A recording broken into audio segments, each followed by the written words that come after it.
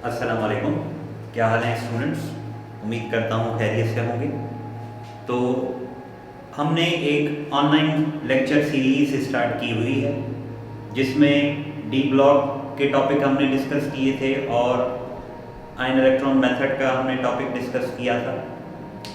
आज मैंने जो पॉइंट्स आपके लिए सिलेक्ट किए हैं वो प्री एंट्री टेस्ट का पेपर है, एमकेट का, ठीक है, 2007 का एनटीएस का। तो उस पेपर के एमसीक्यूज को हम आज एक्सप्लेन करेंगे, राइट। तो बोर्ड पे मैंने ऑलरेडी क्वेश्चन लिख लिए हैं ताकि उसमें टाइम ज़ाया ना हो। और दूसरा ये है कि इसको पहले मैं आपको 30 सेकंड दूंगा, आप उस सवाल को देखना, फिर आप उसको सॉल्व करेंगे, फिर मैं उसका करेक्ट ऑप्शन लिखूंगा, ठीक है। Are you ready? तो now question number 1। Question number 1 क्या है?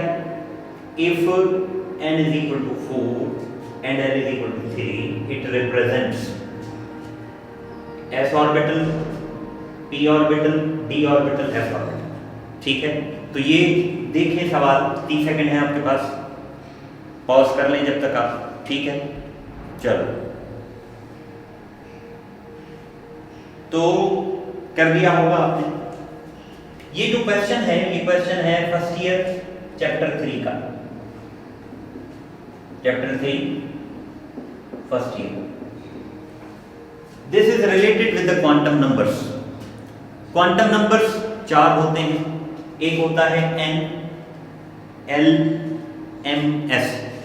n principal, l azimuthal, m magnetic, s spin quantum number. हमें n गिवन है, n गिवन है कितना? 4 मींस फोर्थ शेल है। आगे फिर l गिवन है। अब l के लिए वैल्यूज आपको पता होगी कि अगर l 0 है तो इसका मतलब s है, l 1 है तो इसका मतलब p है, l 2 है तो इसका मतलब b है, l 3 है तो इसका मतलब f है, राइट। तो अब आपको बताओ इसका क्या जवाब होना चाहिए? l कितना है? 3 का मतलब कौन सा होगा? 0 होगा तो s होगा, 1 होगा तो p होगा, 2 होगा तो d होगा, 3 होगा तो f होगा। तो क्या है करेक्ट जवाब? F, ऑर्बिटल इज F, ठीक है। सही आपने किया है तो अपने आप को +4 नंबर्स दे दें, राइट। सेकंड जो क्वेश्चन है, ये क्वेश्चन देख लें आप। रिएक्शन है हमारे पास, NO2 गिव्स 2NO और साथ में हमें ऑप्शंस गिवन। हमें इस रिएक्शन का ऑर्डर बताना है। ये कौन सा चैप्टर है? Chapter 8 first year. Order of reaction किसे कहते हैं? कि रेट इक्वेशन में मौजूद कंसंट्रेशन के ऊपर जो पावर होगा उस पावर को कहा जाएगा ऑर्डर ऑफ रिएक्शन। तो इसका ऑर्डर ऑफ रिएक्शन, इसका एक्सपोनेंट ये बुक में एज इट इज एग्जांपल मौजूद है। तो इसका कोफिशिएंट 2 होगा, इसका 1 होगा, तो 2 और 1 क्या हो जाएगा? 3 हो जाएगा। तो इसका ऑर्डर होगा 3। क्लियर हो गई बात? नेक्स्ट क्वेश्चन पे चलें, देखें। इसके लिए आपके पास 30 सेकंड्स है, पॉज कर लें। हो गया। Which has the highest polarity in the molecule? Polarity की टर्म कब आती है? जब हमारे पास मॉलिक्यूल में इलेक्ट्रोनेगेटिविटी इंक्रीज हो। और ये सारे देखें हैलाइड्स हैं, hydrogen bromide, hydrogen chloride, hydrogen iodide और fluoride. This is related with the question of chapter 4, chemical bonding से रिलेटेड है। हैलोजन में हमें पता है कि ऊपर फ्लोरीन है, फिर क्लोरीन, फिर ब्रोमीन, फिर आयोडीन और नीचे astatine. Top to bottom electronegativity क्या होती है? Decrease. Electronegativity decreases top to bottom. तो इसका मतलब क्या है कि फ्लोरीन मोस्ट इलेक्ट्रोनेगेटिव होगा, आयोडीन लीस्ट इलेक्ट्रोनेगेटिव होगा। तो अब देखें, हाइड्रोजन तो फिक्स है, हाइड्रोजन की इलेक्ट्रोनेगेटिविटी 2.1। तो सबसे कम इलेक्ट्रोनेगेटिविटी किसकी है? आयोडीन की। सबसे ज्यादा इलेक्ट्रोनेगेटिविटी किसकी है? फ्लोरीन की। तो which will be most polar molecule? HF। Clear है या इसमें कोई कंफ्यूजन है? +4 दे दें। नेक्स्ट क्वेश्चन देखें, 30 सेकंड है आपके पास, इसका जवाब बताएं। ये जो क्वेश्चन है इन कॉन्टैक्ट प्रोसेस कहाँ आता है? इंटर में chapter 4 you will find this question in inter chapter 4 P block है। सल्फ्यूरिक एसिड को प्रिपेयर किया जाता है कॉन्टैक्ट प्रोसेस के थ्रू। तो कॉन्टैक्ट प्रोसेस में जो कैटलिस्ट यूज किया जाता है, ये सवाल काफी दफा आ चुका है बोर्ड में भी और इंटी टेस्ट में भी। तो दैट इज V2O5। V2O5 क्या है? Vanadium pentoxide. तो जिसके सही हुए हो वो +4 अवार्ड करे अपने आप को, ठीक है। अब नेक्स्ट क्वेश्चंस पे आते हैं। इधर फोकस करें, इस क्वेश्चन को देखें।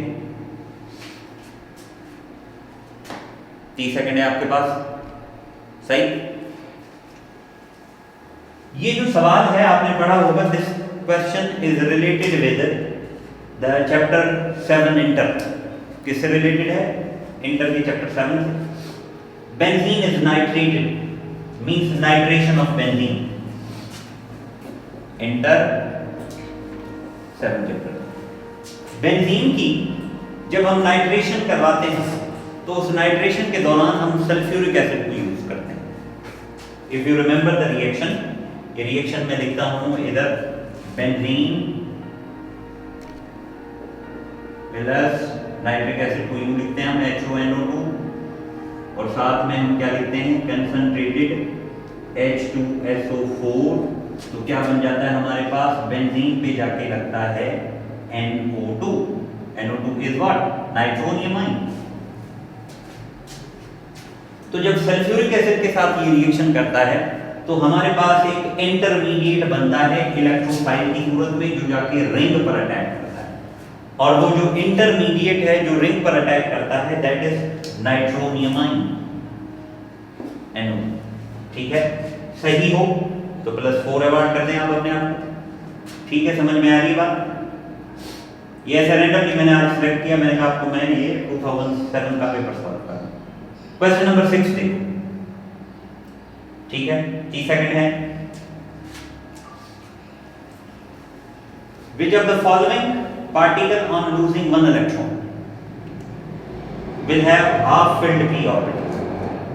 अब p ऑर्बिटल में कितने इलेक्ट्रॉन्स आते हैं हमारे पास? 6। तो हाफ फिल्ड का मतलब क्या होना चाहिए? 3। तो p में 3 इलेक्ट्रॉन्स कहां पर आएंगे? हमारे पास ऑप्शंस गिवन है। इसकी कॉन्फ़िगरेशन हम करके देखते हैं। कार्बन का एटॉमिक नंबर कितना है? 6। कॉन्फ़िगरेशन करें 1s2 2s2 2p2। On losing 1 electron, अगर ये एक इलेक्ट्रॉन लॉस कर दे तो p में क्या बन जाएगा? 1। हाफ फील्ड तो नहीं हुआ। हाफ फील्ड के लिए क्या कंडीशन है कि हाफ फील्ड का मतलब p में कितने इलेक्ट्रॉन्स आए? 3। नाइट्रोजन का एटॉमिक नंबर कितना है? 7। कॉन्फ़िगरेशन करेंगे तो क्या होगा? 1s2 2s2 2p3। हाँ, ये हो और फील्ड नहीं नहीं, हाफ फील्ड तो है, लेकिन सवाल क्या कह रहा है? आफ्टर लूजिंग इलेक्ट्रॉन, जब इलेक्ट्रॉन लॉस करेगा तो यहां पर क्या आ जाएगा? 2p2। तो ये भी हाफ फील्ड नहीं हुआ। अब आते हैं इस पे, ऑप्शन सी पे, N नेगेटिव। N नेगेटिव का मतलब नाइट्रोजन ने एक इलेक्ट्रॉन गेन किया, तो नाइट्रोजन के पास कितने इलेक्ट्रॉन होते हैं? 7। एक गेन कर दिया तो मींस कितने हो गए? 8। अब इस तो 1s2 2s2 2p4। अगर ये एक इलेक्ट्रॉन लॉस कर दे, देखो नाइट्रोजन नेगेटिव है, नाइट्रोजन के पास 7 है, नेगेटिव का मतलब अब इसके पास 8 हो गए। अब अगर ये एक इलेक्ट्रॉन लॉस करे तो एक इलेक्ट्रॉन लॉस करने की वजह से क्या आ जाएगा? ये 2p4 है तो कहां चला जाएगा? ये 2p3। This is half field, right? हो सकता है ये सही। अगला क्वेश्चन ऑप्शन सही, अब तक ये हमें सही मिला। बी में देखो O negative O positive, oxygen का कितना एटॉमिक नंबर है? 8। O पॉजिटिव का मतलब इसने एक इलेक्ट्रॉन लॉस कर दिया है, तो मींस अब इसके पास 7 इलेक्ट्रॉन होंगे। तो कॉन्फ़िगरेशन क्या होगी? 1s2 2s2 2p3। 1s2 2s2 2p3। तो इसमें कितने रह जाएंगे बाकी इलेक्ट्रॉन्स? देखो एक इसने लॉस कर दिया, ये 2p3 है, तो अगर ये एक लॉस करेगा तो इसके पास कितने आ जाएंगे बाकी? बताओ। 2p2, तो 2p2 हाफ इंटू 1 नहीं, तो which is the correct option this. बड़ा अच्छा किस्म का टेक्निकल सवाल था, और यहाँ पर ये किससे रिलेटेड सवाल है? ये फर्स्ट ईयर के चैप्टर 3 से। नेक्स्ट सवाल से, isopentane and neopentane are the examples of. Isopentane, pentane और उस पर एक methyl, this is isopentane. Neopentane second पर 2 मिथाइल। तो ये देखो, इसमें अगर कार्बन काउंट करो 1 2 3 4 5 कार्बन हो गए 5, और हाइड्रोजन कितने हो गए? 3 4 7 9 और 3 12, C4H12। यहाँ काउंट करो, कार्बन 5 और H3 3 12, तो दोनों का मॉलिक्यूलर फार्मूला क्या है? सेम। तो ऐसे कंपाउंड्स जिनका मॉलिक्यूलर फार्मूला सेम हो, स्ट्रक्चरल फार्मूला चेंज हो, उन्हें क्या कहा जाता है? आइसोमर्स। तो फैसला हुआ कि आइसोपेंटेन और नियोपेंटेन एक दूसरे के आइसोमर्स हैं। कौन से आइसोमर्स हैं? देखें दोनों में किस चीज का डिफरेंस है। दोनों में डिफरेंस है चेन का। तो इस किस्म के आइसोमर्स को क्या कहा जाएगा? चेन आइसोमेरिज्म या स्केलेटल आइसोमेरिज्म भी है इसका नाम। तो कौन सा करेक्ट ऑप्शन होगा?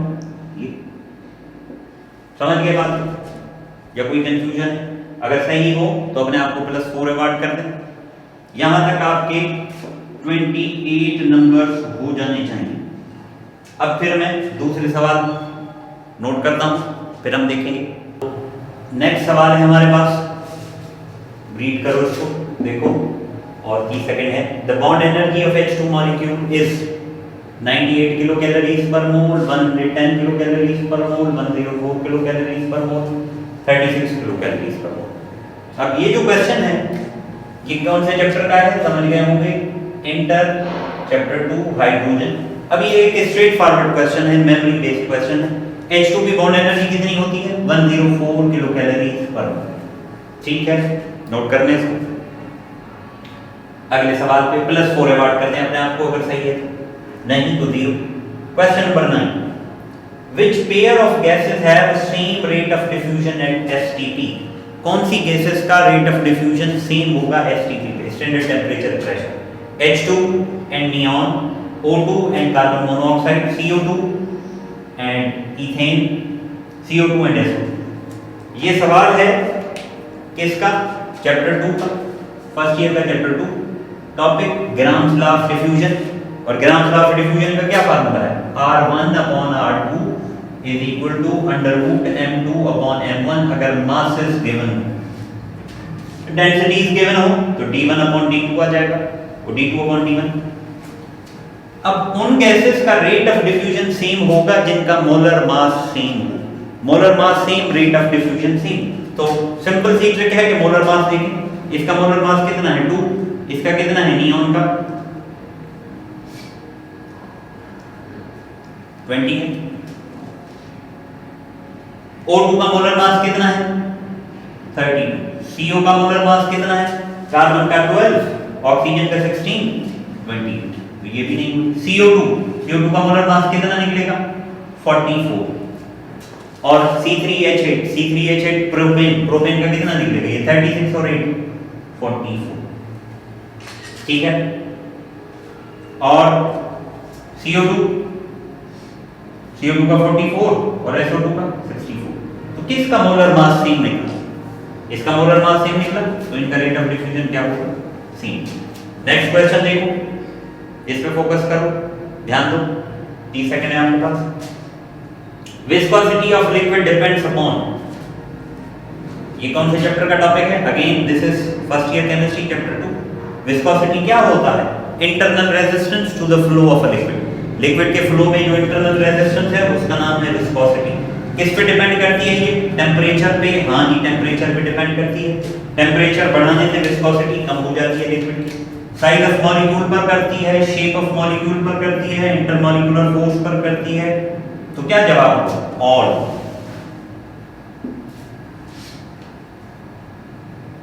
ठीक है, नेक्स्ट सवाल देखो। The variable oxidation state of transition element is due, ये हम पढ़ रहे हैं अभी, ठीक है, चैप्टर 5 हमने स्टार्ट किया।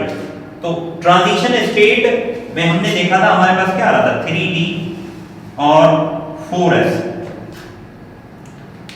अब देखो 3D भी बॉन्डिंग में पार्टिसिपेट करता है, 4s भी बॉन्डिंग में पार्टिसिपेट करता है, दोनों भी बॉन्डिंग में पार्टिसिपेट करते हैं। तो 3D क्या हो गया, इनर, क्योंकि भाई 4s आउटर है, 3D इनर, तो इनर 3D और आउटर s की इन्वॉल्वमेंट की वजह से हमारे पास इनकी ऑक्सीडेशन स्टेट क्या होती है, वेरिएबल ऑक्सीडेशन स्टेट, ठीक है। 3D भी बॉन्डिंग में पार्टिसिपेट करेगा, 4s भी बॉन्डिंग में पार्टिसिपेट करेगा, तो इस वजह से क्या होगा, इनकी oxidation state. Plaster of Paris, plaster of Paris का नाम क्या है, कैल्शियम सल्फेट हेमीहाइड्रेट, तो CaSO4 डॉट बना कौन है, 2H2। अगर कैल्शियम सल्फेट के 2 मोल्स होंगे तो उसके साथ एक आएगा, तो ये करेक्ट जवाब है। नेक्स्ट क्वेश्चन देखो, नेक्स्ट क्वेश्चन है dehydration of ethanol. D organic में टर्म यूज होती है काफी दफा, इनऑर्गेनिक में भी यूज होती है। डी का मतलब है लॉस, हाइड्रेशन माना water. Dehydration of ethanol in the presence of H2SO4, H2SO4 की मौजूदगी में डिहाइड्रेशन होता है एट हाई टेम्परेचर, तो उससे क्या बनता है, ये सवाल है इंटर के चैप्टर 7 का केमिस्ट्री में।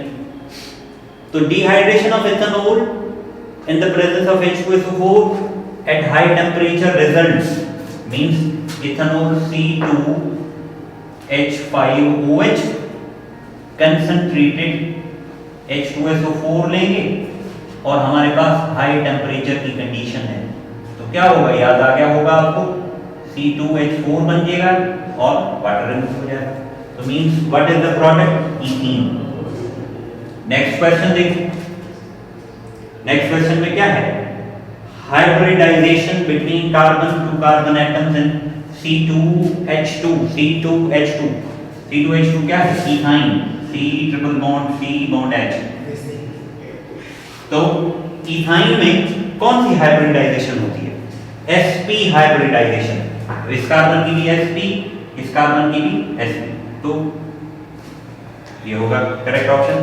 नेक्स्ट क्वेश्चन देखो, HCOOH, HCOOH का नाम क्या है, फॉर्मिक एसिड, फॉर्मिक एसिड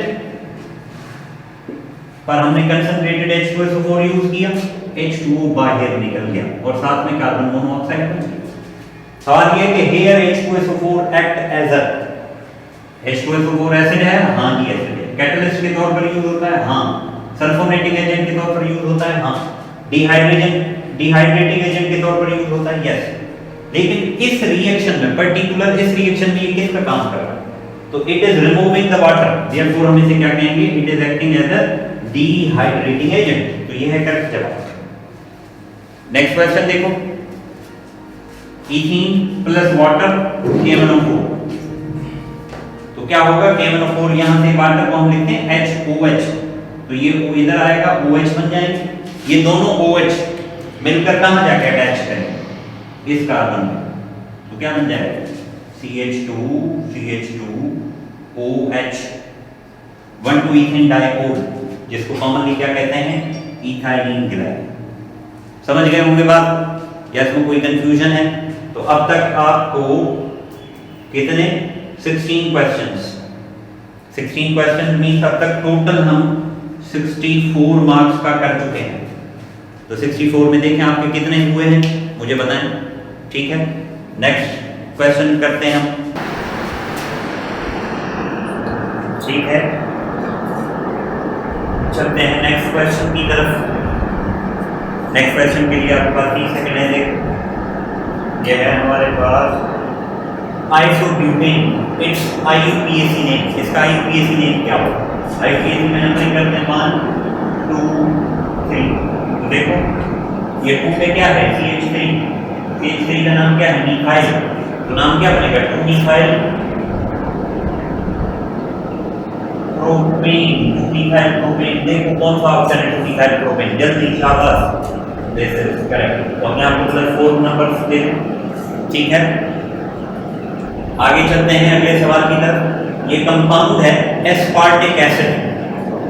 ये क्या है? बेसिक अमाइनो एसिड है, न्यूट्रल अमाइनो एसिड है, एसिडिक अमाइनो एसिड है, या कुछ भी नहीं? अब देखो, अमाइनो एसिड नाम से ही जाहिर है कि अमाइन ग्रुप भी होगा।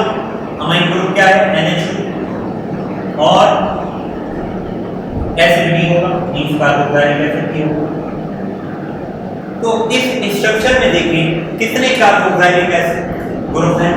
2, ये और ये। कितने अमाइन ग्रुप हैं?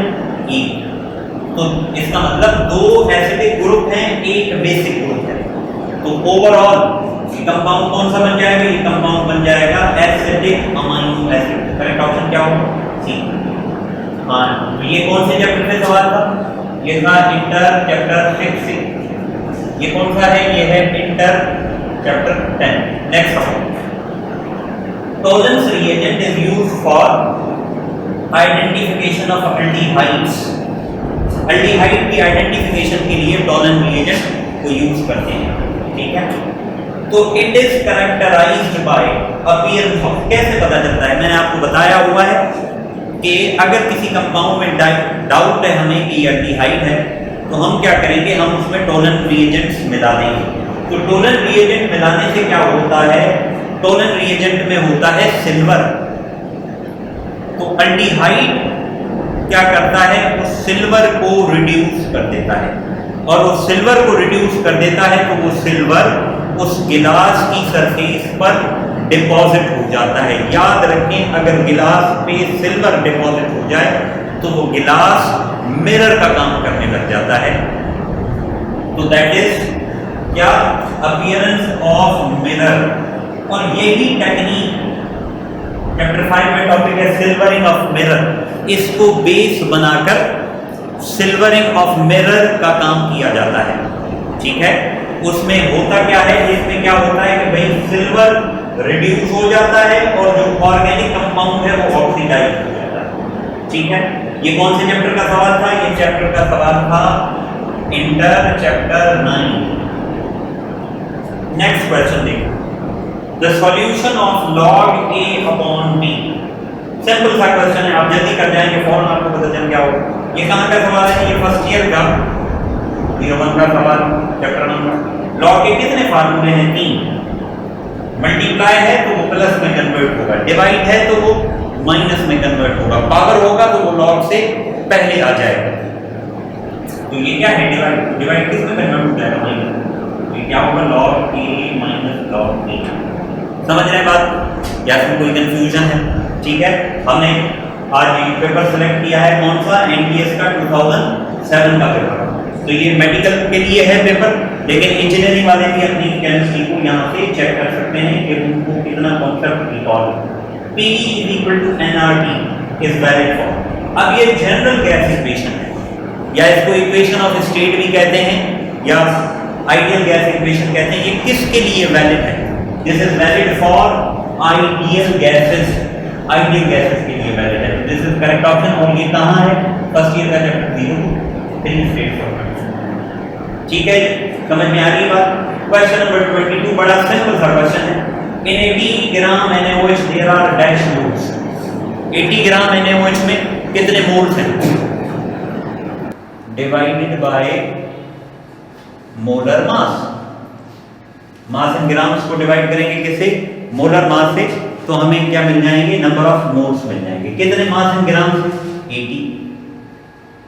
NaOH, Na का कितना? 23, और हाइड्रोजन का 1 24, ऑक्सीजन का 16, तो कितने हो गए? 40।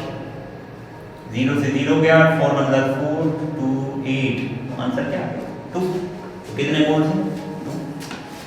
नेक्स्ट सवाल देखो, the oxidation number of all elements in free state. ये किससे रिलेटेड सवाल है? ये सवाल है चैप्टर फर्स्ट ईयर का चैप्टर 7, और ये ऑक्सीडेशन नंबर का पहला पॉइंट कि फ्री स्टेट में सारे एलिमेंट्स की ऑक्सीडेशन स्टेट क्या कंसीडर की जाती है? 0। फ्री स्टेट में क्या कंसीडर की जाती है? 0। Next question, alpha rays are A fast moving electrons, B protons, C neutral, D positively charged helium nuclei। ये किसका सवाल है? This is question first year 03। देखो क्या होगा इसका जवाब। रेडियोएक्टिव रेज है ना, वो कितनी फॉर्म में स्प्लिट होती है? 3। एक प्लस की तरफ मुड़ती हैं, दूसरे माइनस की तरफ मुड़ती हैं, तीसरे अनडिफ्लेक्टेड होती हैं। तो ये अल्फा रेज क्या है? They are fast moving helium nuclei, helium nuclei या पॉजिटिवली चार्ज हीलियम न्यूक्लियाई। तो this is the correct option. Next देखो, aqua regia is used as a solvent for gold and silver. It is a mixture of HNO3 and HCl in a ratio of। अब aqua regia का दूसरा नाम है royal water, ठीक है, शाही पानी, royal water. ये यूज होता है एज ए सॉल्वेंट के तौर पर। एज ए सॉल्वेंट के तौर पर किसको? सिल्वर को, प्लैटिनम को, गोल्ड को, इनको डिसॉल्व करने के लिए। इसमें ये सलाहियत है। वैसे सिल्वर को आप HCl में डालेंगे डिसॉल्व नहीं होगा, गोल्ड को HCl में डालेंगे या HNO3 में इंडिविजुअल डालेंगे डिसॉल्व नहीं होगा, लेकिन जब दोनों का मिक्सचर बनाया जाएगा तो डिसॉल्व हो जाएगा। सवाल ये कि इसमें HCl और HNO3 होता है, क्या रेशो होता है? तो याद रख लो, HNO3 का होता है 1, HCl का होता है 3। तो क्या करेक्ट ऑप्शन होगा? 1:3। क्लियर है या फिर कोई कंफ्यूजन है? ठीक है, यहां तक हम काम कर चुके हैं। कितने? 120 मार्क्स। नोट करो, देखो बाकी 5 क्वेश्चन रहते हैं, उनको जल्दी से हम करते हैं और फिर एंड में आप मुझे कमेंट्स बॉक्स में बताइएगा कि आपका कितना स्कोर बन रहा है। ठीक है, नेक्स्ट क्वेश्चन। तो अब हम पहुंचे हैं 26 क्वेश्चन पर। प्रोटीन्स आर जाइगेंटिक पॉलीमर्स और peptides, they are linked by. और देखो ये सवाल है चैप्टर 10 का, inter chapter 10 biochemistry, chemistry of life. तो ये किससे लिंक होते हैं? आयनिक बॉन्डिंग के थ्रू? नहीं। ग्लाइकोसाइडिक लिंकेज के थ्रू? नहीं। पेप्टाइड लिंकेज के थ्रू। और ग्लाइकोसाइडिक लिंकेज कहां होता है? ये मुझे आप कमेंट्स में बताएं कि where do you find glycosidic linkage. Next point देखो, the reaction Cl2 plus 2 electron gives 2Cl negative is redox, oxidation, reduction, addition। क्या? तो देखो, gain of electron, gain of electron को क्या कहते हैं? Reduction. Loss of electron, oxidation. दोनों एक साथ हो तो रिडॉक्स। नेक्स्ट देखो, मिथाइल ऑरेंज, और ये कहां से रिलेटेड सवाल था? ये आप कह सकते हो कि this is related with inter chapter 4 या फर्स्ट ईयर चैप्टर 7। ठीक है, methyl orange is often used as an indicator. अब इंडिकेटर क्या है? Indicator are the complex molecules which are used to determine end point of a reaction by changing their color। तो methyl orange कब use होता है? जब हमारे पास strong acid हो और वीक बेस हो। चलिए अगले सवाल की तरफ। The order of reactivity of carbonium ion from SN point of view। Carbonium ion या कार्बोकेटाइन बनता है SN1 रिएक्शन में, और SN1 रिएक्शन का नाम क्या है? Unimolecular nucleophilic substitution reaction. ये कहां है? ये चैप्टर नंबर इंटर के 8 में है, अल्काइल हैलाइड्स में। तो उसमें याद रखो, टर्शियरी सबसे ज्यादा स्टेबल, फिर सेकेंडरी, फिर प्राइमरी। तो correct option will be D. Next, vitamin A, D, E and K belongs to dash vitamins. Vitamins एक होते हैं वाटर सॉल्युबल, दूसरे होते हैं फेट सॉल्युबल। B और C वाटर सॉल्युबल है, उसके अलावा बाकी दूसरे जो है वो क्या है? Fat soluble. तो यहां तक हमारे हो गए टोटल 120 मार्क्स। अब आपके कितने मार्क्स आए हैं वो आप मुझे कमेंट्स बॉक्स में लाजमी बताइएगा। आई होप आज का ये आर्टिकल आपको अच्छा लगा होगा। फिर भी अगर कोई कंफ्यूजन हो तो आप मेरे से पूछ सकते हैं। ठीक है, थैंक्स फॉर वॉचिंग एंड अल्लाह हाफ़िज़। Thank you.